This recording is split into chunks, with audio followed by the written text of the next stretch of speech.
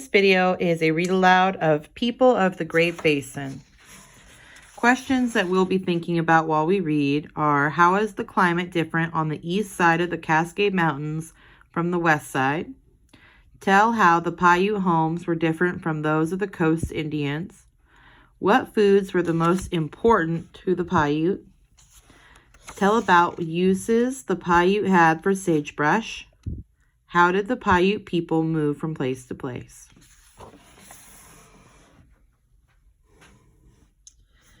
If you have been to the east side of the Cascade Mountains, you know the land there is very different from the west side. The climate is much drier. Fewer trees grow. There are not as many streams and lakes. Different kinds of animals live in this high desert area of Oregon. Because of these things, the people who lived there lived differently from the people of the coast, the valleys, or the lower Columbia River. Okay, so from that paragraph, I know that the climate is much drier east of the Cascades than it is to the west of the Cascades.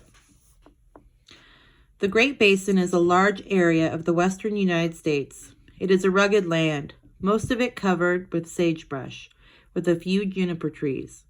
The rivers that flow into Great Basin do not flow to the sea. The Great Basin includes a large part of eastern Oregon. Ooh, that's where we live. The people of the Great Basin all spoke the Paiute language. They were known as the Paiute people. The Paiute lived in small family groups. These groups moved often in search of food. Their homes were simple.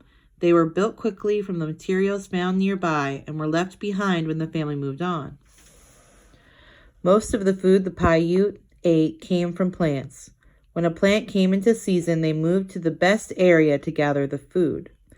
In spring, summer, and fall, they traveled great distances gathering roots, leaves, berries, and seeds. They ate some fresh, and they stored some for long winter.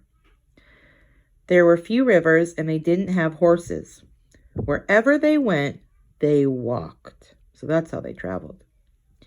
The Paiute also ate small animals such as squirrels, birds, fish, and rabbits. Jackrabbits were very important.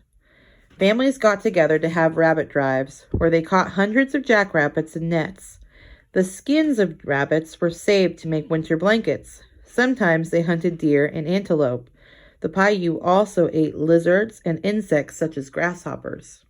Okay, so I'm noticing that most of the Native American groups we've read about, salmon was really important, but this group of Native Americans, this group of Indians in Oregon, they live, I'm going to the map here,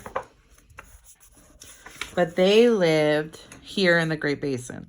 So this is like Burns area, and this is a lot less water than, say, the coast or the Klamath, or or the Columbia, where we were reading about a moment ago, or at least I was reading about a moment ago. I'm sorry about that. They all had a lot more water, which equals a lot more fish. And the Great Basin is, like they said, desert. We actually here in Halfway would be living in the Plateau region. And Nez Perce, Joseph over right across the mountain. So you can see why the jackrabbits are much more important to them than, say, fish. Sagebrush was an important plant for the Paiute. They used it in many ways. From the bark, they made clothing, shoes, nets, and string. They used the wood for some tools and for fires. They used the branches with leaves in the making of homes. In winter, several families gathered together in a good area.